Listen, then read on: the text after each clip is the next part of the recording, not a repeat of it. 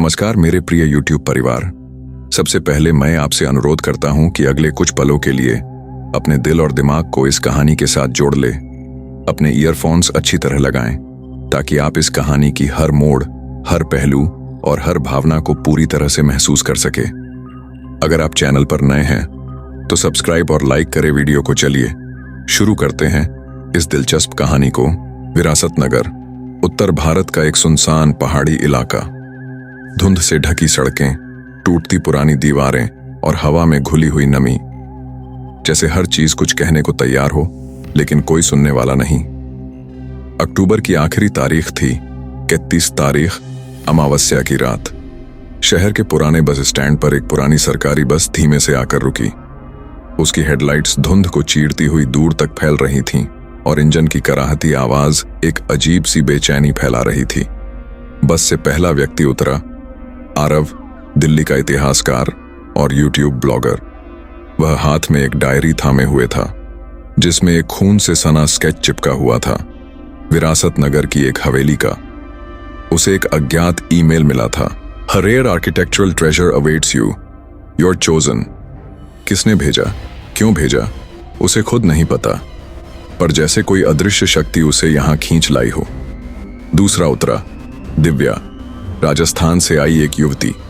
उसके हाथ में एक पुरानी डायरी थी, उसकी माँ की मौत के बाद ये डायरी उसके कमरे में खुद ब खुद खुली पड़ी मिली थी।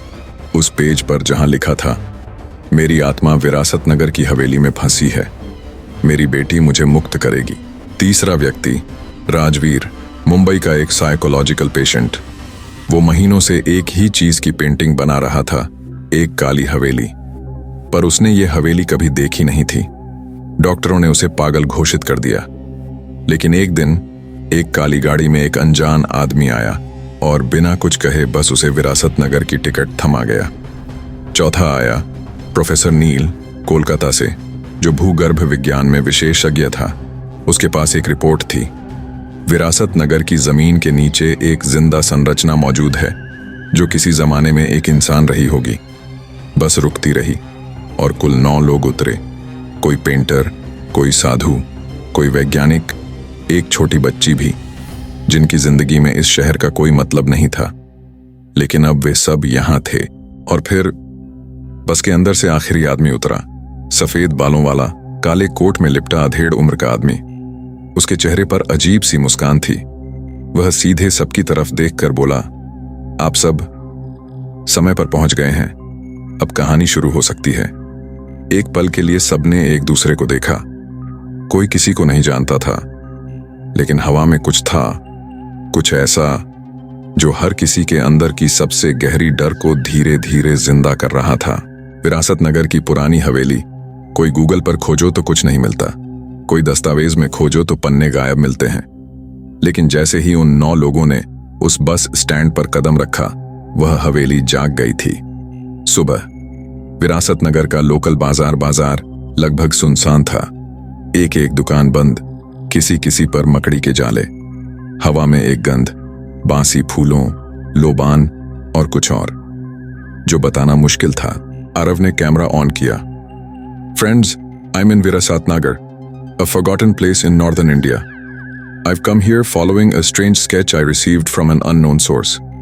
Behind me is this." उसने कैमरा मोड़ा और वहां खड़ी थी वो हवेली, 3 मंजिल ऊंची, काले पत्थरों से बनी। दीवारों पर बेल बूटे नहीं, चेहरे उकेरे गए थे, मुड़े तुड़े, तकलीफ में चीखते हुए चेहरे। उसके दरवाजे बंद थे, लेकिन जैसे अंदर से कोई आंख गड़ा कर देख रहा हो। दिव्या, राजवीर, प्रोफेसर नील, साधु, पेंटर और बाकी सब लोग एक दूसरे को अजनबी निगाहों से देख रहे थे। प्रोफेसर नील, "ये हवेली जिंदा है, मैं मजाक नहीं कर रहा। मैंने यहां जमीन के नीचे स्ट्रक्चरल मूवमेंट रिकॉर्ड किया है, जैसे कोई सांस ले रहा हो।" राजवीर ने कहा, "मैंने इसे पहले भी देखा है। हर रात अपनी आंखें बंद करते ही यही दरवाजा खुलता है और कोई मुझे अंदर बुलाता है।" दिव्या, "मेरी माँ की डायरी में इसका नक्शा है और एक वाक्य, जिस दिन यह दरवाजा अपने आप खुले, समझ लेना आत्माएं जाग चुकी हैं। तभी हवेली का दरवाजा खुद ब खुद खुलता है। चर्र, अंदर अंधेरा है, पर उस अंधेरे से एक मीठी सी सरसराहट निकलती है। कोई गीत, कोई लोरी, जैसे किसी माँ की आवाज, आ जाओ बेटा, अब घर लौटने का समय है।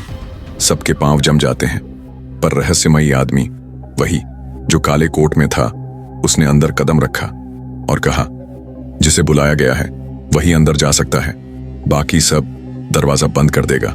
और फिर एक एक करके सभी भीतर चले गए। आरव ने आखिरी बार अपने कैमरे की स्क्रीन देखी, लेकिन स्क्रीन पर सिर्फ ब्लैकआउट था, कैमरा बंद। टेक्नोलॉजी ने साथ छोड़ दिया। हवेली के अंदर कोई मलबा नहीं था, कोई धूल नहीं, बस दीवारों पर पेंटिंग्स। उन पेंटिंग्स में वही लोग थे, आरव, दिव्या, राजवीर, बाकी सब, पर पेंटिंग्स में वे मर चुके थे।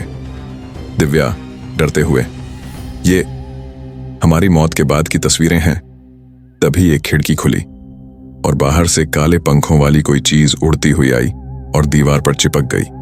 और जैसे ही सबने पलटकर देखा, पेंटिंग्स बदल चुकी थीं। अब उनमें सभी लोग हवेली के अलग अलग कमरों में बटे हुए थे और हर किसी के पीछे एक परछाई थी। हवेली में कदम रखते ही हवा में एक अजीब सी नमी फैल गई थी, जैसे हर दीवार, हर कोना और हर दरवाजा उन लोगों को अपने घेरे में लेने की कोशिश कर रहे हों। दीवारों पर उकेरे गए चेहरों की आंखें जैसे किसी खौफनाक कहानी का हिस्सा हों, और हर पेंटिंग में कुछ ऐसा था जो सांसें रोक देता था। आरव और दिव्या एक कमरे में थे जिसमें चारों ओर पुरानी किताबें बिखरी पड़ी थीं।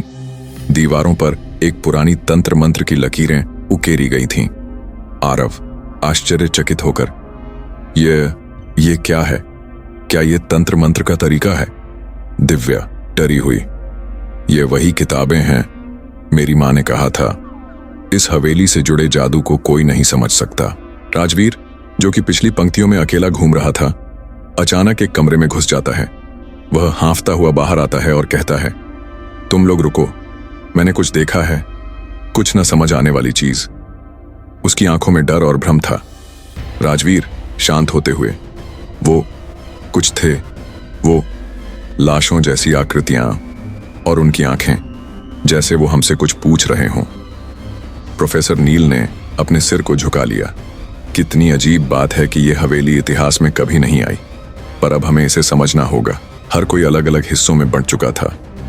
पेंटर एक अंधेरे कमरे में घुसकर किसी पेंटिंग की तलाश कर रहा था जिसमें अजीब पैटर्न और रंग थे, जबकि साधु ने हवेली के बीच में बनी पुरानी पूजा कक्ष में ध्यान लगाना शुरू किया। साधु, यहाँ का हर कोना हमें कुछ बताने की कोशिश कर रहा है, लेकिन हमसे पहले यहाँ कोई और था। ये हवेली उन आत्माओं की है जिन्होंने कभी इसे अपने जीवन का हिस्सा माना। हवेली का केंद्रीय हॉल अब अंधेरे से भरा हुआ था, लेकिन अब कुछ बदल चुका था। हर कोने से एक गहरी और खौफनाक गूंज उठ रही थी। सभी किरदार एक एक करके उस हॉल में जमा हो गए। हर किसी के चेहरे पर डर था, लेकिन कोई भी वापस जाने का नाम नहीं ले रहा था। वे सब हवेली के एक जाल में फंसे हुए थे। इसी दौरान एक जोर की आवाज आई, तंत्र चक्र को पूरा करो। यह आवाज सभी के दिलों में एक गहरी दहशत छोड़ गई। आवाज गूंजते हुए, तंत्र का पहला चक्र अब शुरू होगा। तुम सभी को यहां जीवित निकलने के लिए एक अजीब पद्धति अपनानी होगी। यह आवाज हर कमरे में गूंज रही थी, जैसे हवेली अपने अंदर किसी अनदेखे शैतान को बाहर लाने की तैयारी कर रही हो। अब सभी लोग एक कमरे में एकत्र हो गए थे। यहाँ एक पुराना तंत्र मंत्र का चित्र था, जिसमें 7 अलग अलग रंग के पत्थर थे। उन पत्थरों पर गहरे मंत्र लिखे थे और वे हर एक का अलग अलग महत्व दर्शा रहे थे। प्रोफेसर नील नम्रता से, ये पत्थर तंत्र मंत्र का हिस्सा हैं। अगर हम इनसे सही तरीके से खेलें तो शायद हम यहां से बाहर निकलने का रास्ता पा सकें। आरव आश्चर्यचकित होते हुए, पर क्या अगर हम गलत कदम उठाएं तो? प्रोफेसर नील चिंतित, तो हवेली हमें अपनी कैद में रखेगी हमेशा के लिए। सभी ने एक दूसरे को देखा और फिर तंत्र मंत्र के साथ खेल शुरू हुआ। प्रोफेसर नील के निर्देशों के अनुसार उन्होंने पहले पत्थर पर हाथ रखा। पत्थर चमकने लगा और अचानक चारों ओर अजीब सी लहरें फैलने लगीं। एक जोर की आवाज आई, चक्र पूरा होने से पहले कोई वापस नहीं लौट सकता। यह आवाज न केवल उनके कानों में गूंज रही थी, बल्कि उनके अंदर की आत्मा को भी कचोट रही थी। हवेली अब बिल्कुल चुप हो गई थी, जैसे कुछ घटने वाला हो। चक्र का पहला चरण जैसे ही पूरा हुआ, हवेली में एक भयावह खामोशी छा गई। दीवारों पर उकेरे गए चेहरे अब और ज्यादा जीवित प्रतीत होने लगे थे। उनकी आंखें मानो हर किरदार की पहचान करने लगी थीं। हवा में एक अजीब सी गंध फैलने लगी थी, जैसे सड़ांध सी छाई हो। अचानक हवेली के अंदर से अजीब गूंजने वाली आवाजें आने लगीं। आवाजें जो किसी जिंदा इंसान की नहीं हो सकती थीं। वे चीखें थीं, घिसटते कदम थे, जैसे कोई भारी कदमों से उन लोगों की ओर बढ़ रहा हो। आरव और दिव्या एक कोने में खड़े थे। दोनों के चेहरे पर घबराहट थी। दीवारों की दरारों से अंधेरे की एक लहर निकल रही थी, जैसे वह उन्हें अपनी ओर खींच रही हो। आरव कांपते हुए, कुछ ठीक नहीं है, हवेली अब अपनी असल रूप में दिखाने वाली है। दिव्या डरी हुई, यह वो हवेली नहीं है जो हमें पता थी। क्या आप नहीं देख रहे, ये सब जिंदा हैं, लेकिन ये हमें जिंदा नहीं छोड़ने वाले।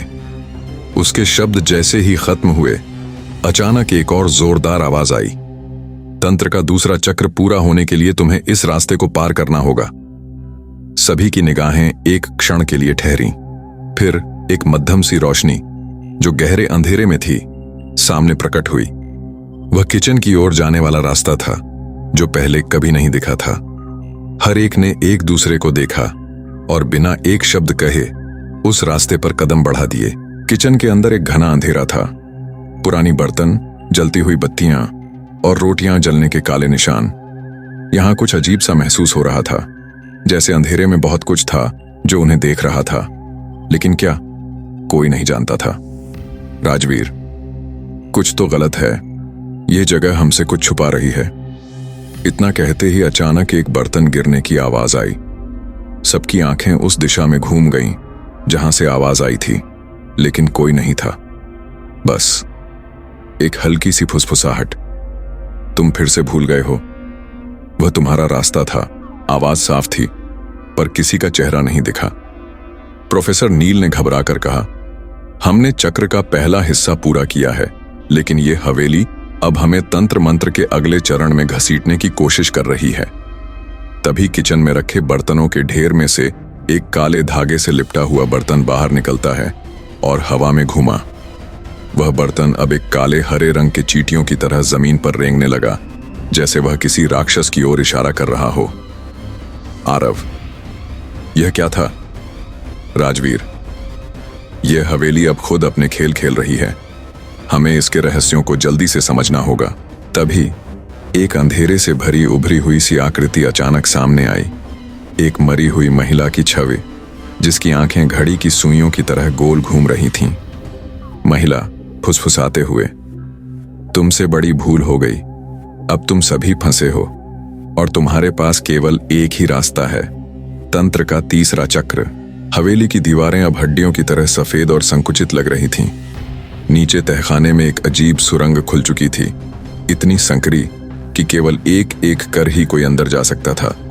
चारों ओर से एक बदबूदार हवा चल रही थी और जमीन में कंपन होने लगे थे। यह अंतिम चक्र की शुरुआत थी, प्रेत आत्मा का आगमन।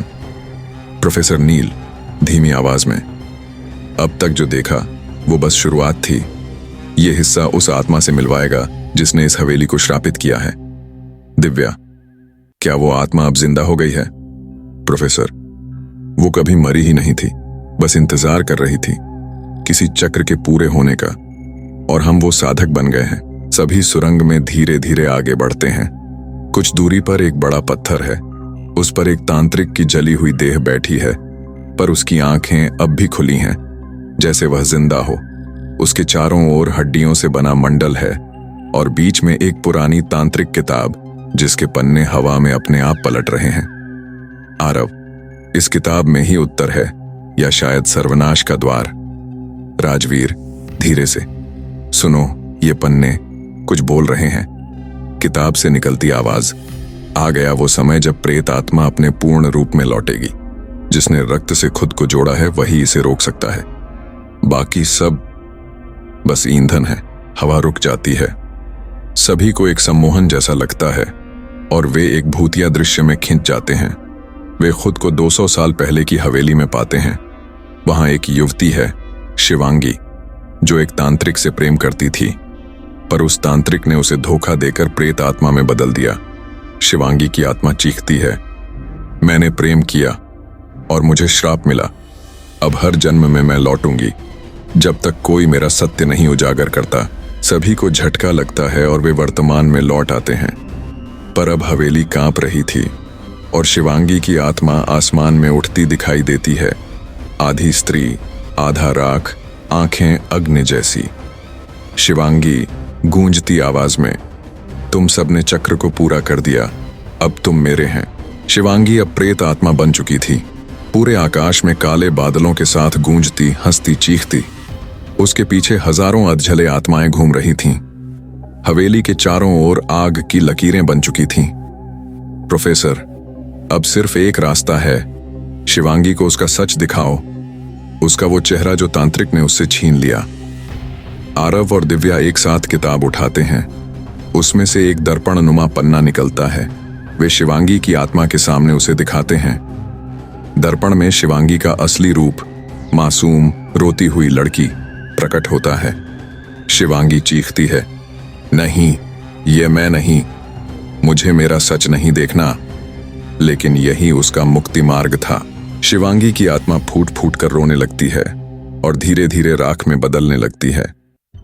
हवेली की दीवारें दरकने लगती हैं और चीखें एक एक कर शांत होने लगती हैं। अधजली आत्माएं अब रोशनी में विलीन हो रही थीं। प्रोफेसर आंसू पोंछते हुए, यह सिर्फ आत्मा की मुक्ति नहीं थी, यह हवेली की कहानी का अंतिम पन्ना था। सूरज की पहली किरण हवेली पर पड़ी। हवेली अब एक खंडहर थी, पर शांत। कोई आत्मा नहीं, कोई तंत्र नहीं, सिर्फ इतिहास। हर आत्मा का अंत तब होता है जब कोई उसके सच को समझता है, और हर हवेली में कोई ना कोई कहानी छिपी होती है, बस इंतजार करती है किसी आरव का जो उसे मुक्त करे। रात 3:15 AM। हवेली का गुप्त कक्ष। हवेली की जमीन अब थरथराने लगी थी। चारों ओर से दीवारों में से अजीब सी फुसफुसाहटें आने लगीं। ऐसा लग रहा था मानो कोई बहुत पुरानी, बहुत ही भूली हुई चीज जाग चुकी हो। राजवीर, ये कंपन तो पहले कभी नहीं हुआ। क्या शिवांगी की आत्मा अभी पूरी तरह शांत नहीं हुई? प्रोफेसर नील, नहीं, ये कुछ और है। ये किसी और प्रेत का संकेत है जिसे अब तक पिंजरे में बंद रखा गया था। दिव्या कांपते हुए, पिंजरा? आत्माओं का भी पिंजरा होता है? प्रोफेसर गंभीर होकर, इस हवेली में एक विशेष कक्ष था जिसे तांत्रिकों ने बनाया था, जहां वो शक्तिशाली आत्माओं को कैद करते थे। ऐसी आत्माएं जिन्हें मुक्त करने का मतलब था सर्वनाश। टीम जब तहखाने में जाती है, उन्हें एक भारी पत्थर का दरवाजा दिखाई देता है। उस पर ताम्रपत्र जड़ा है जिस पर लिखा है, इस द्वार को मत खोलना, इसमें बंद है वो आत्मा जो मृत्यु से भी भयावह है। आरव, हम यहां तक आ चुके हैं। अगर हमने ये राज नहीं खोला तो शायद ये खुद हमारे पास आ जाएगा। प्रोफेसर पंडुलिपि से एक मंत्र पढ़ता है। दरवाजा धीरे धीरे खुलता है और अंदर धुआं, राख और हड्डियों की गंध। अंदर एक लोहे का पिंजरा है जो अब भी धधक रहा है। उसके अंदर बैठी है एक स्त्री आत्मा जिसकी आंखें पूरी तरह सफेद और अंधकारमयी हैं। आखिर तुम आ ही गए, मैं इंतजार कर रही थी। नील, पुत्र उस वंश का जिसने मुझे यहां कैद किया था। यह आत्मा रक्त संध्या थी, एक तांत्रिकनी जो अपनी शक्ति से पूरी दुनिया को अपने अधीन करना चाहती थी, पर उसे हराकर हवेली के पूर्वजों ने इसी तहखाने में पिंजरे में बंद कर दिया था। वो अब मुक्त होना चाहती थी और उसका लक्ष्य था वापसी और बदला। रक्त संध्या का स्वर तेज होने लगता है। पिंजरे की सलाखें खुद ब खुद टूटने लगती हैं।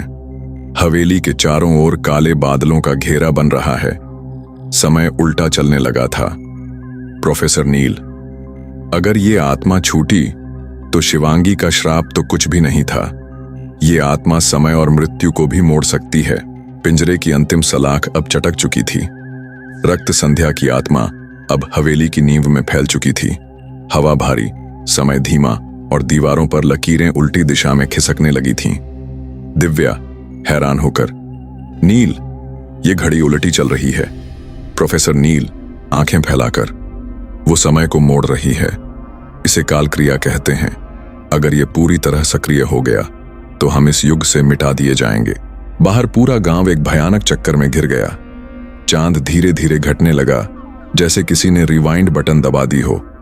पेड़ छोटे हो रहे थे, इमारतें मिट्टी में समा रही थीं और लोगों के चेहरे पर उम्र उलटी होने लगी।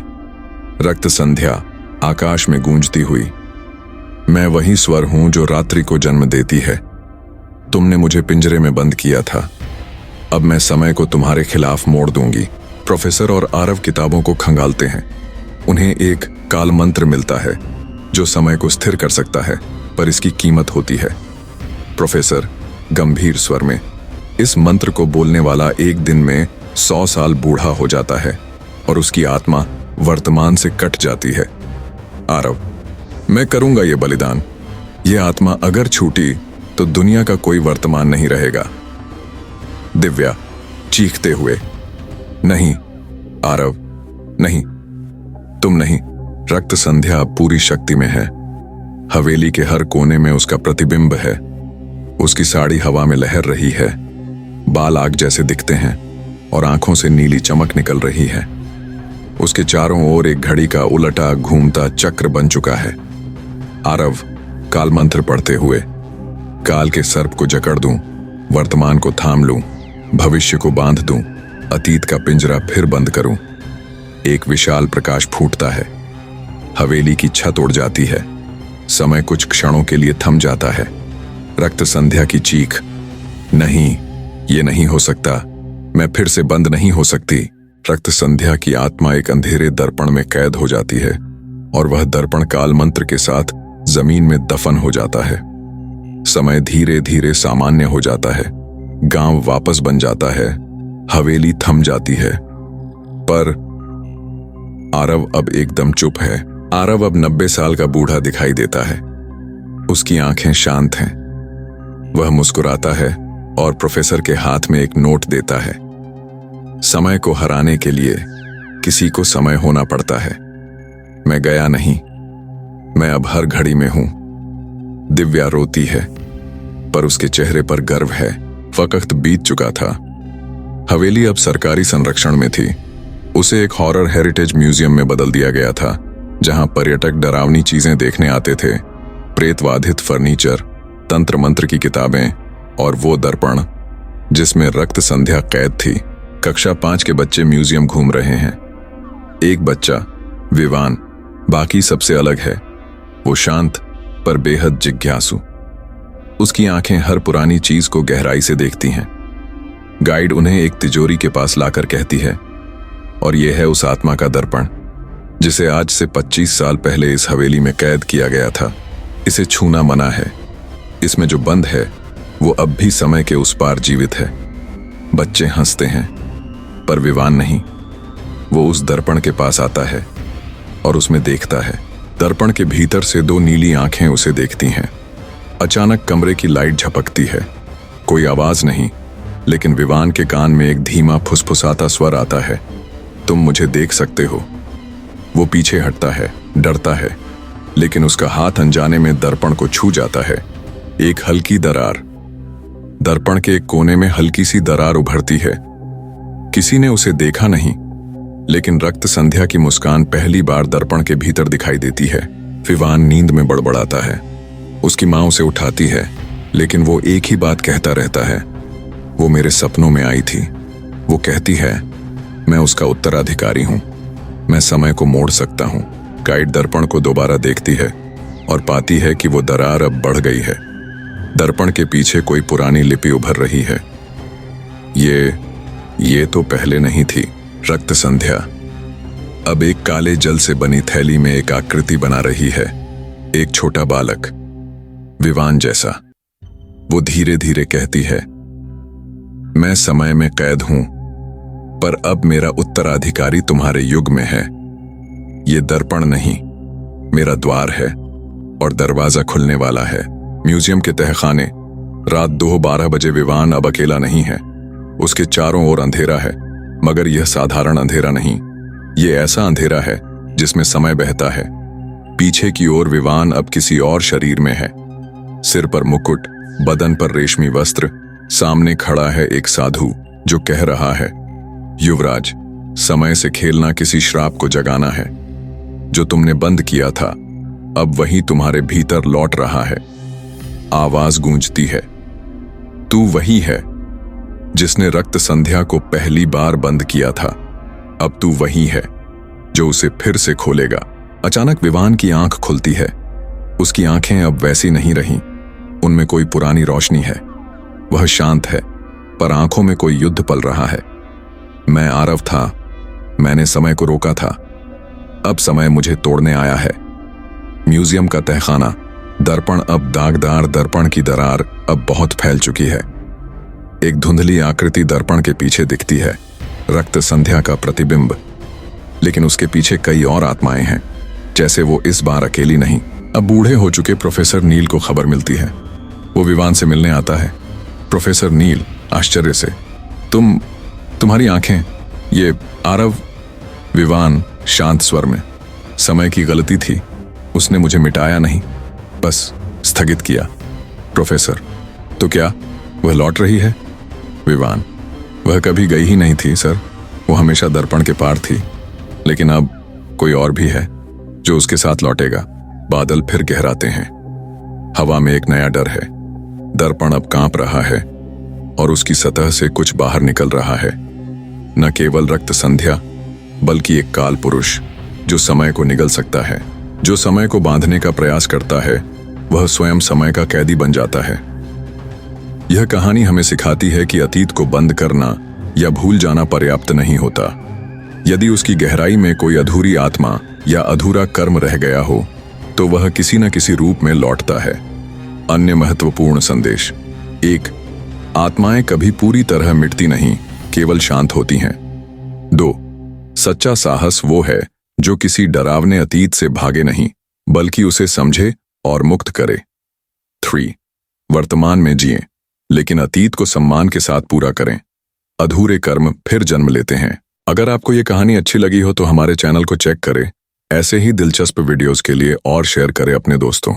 मैं धन्यवाद।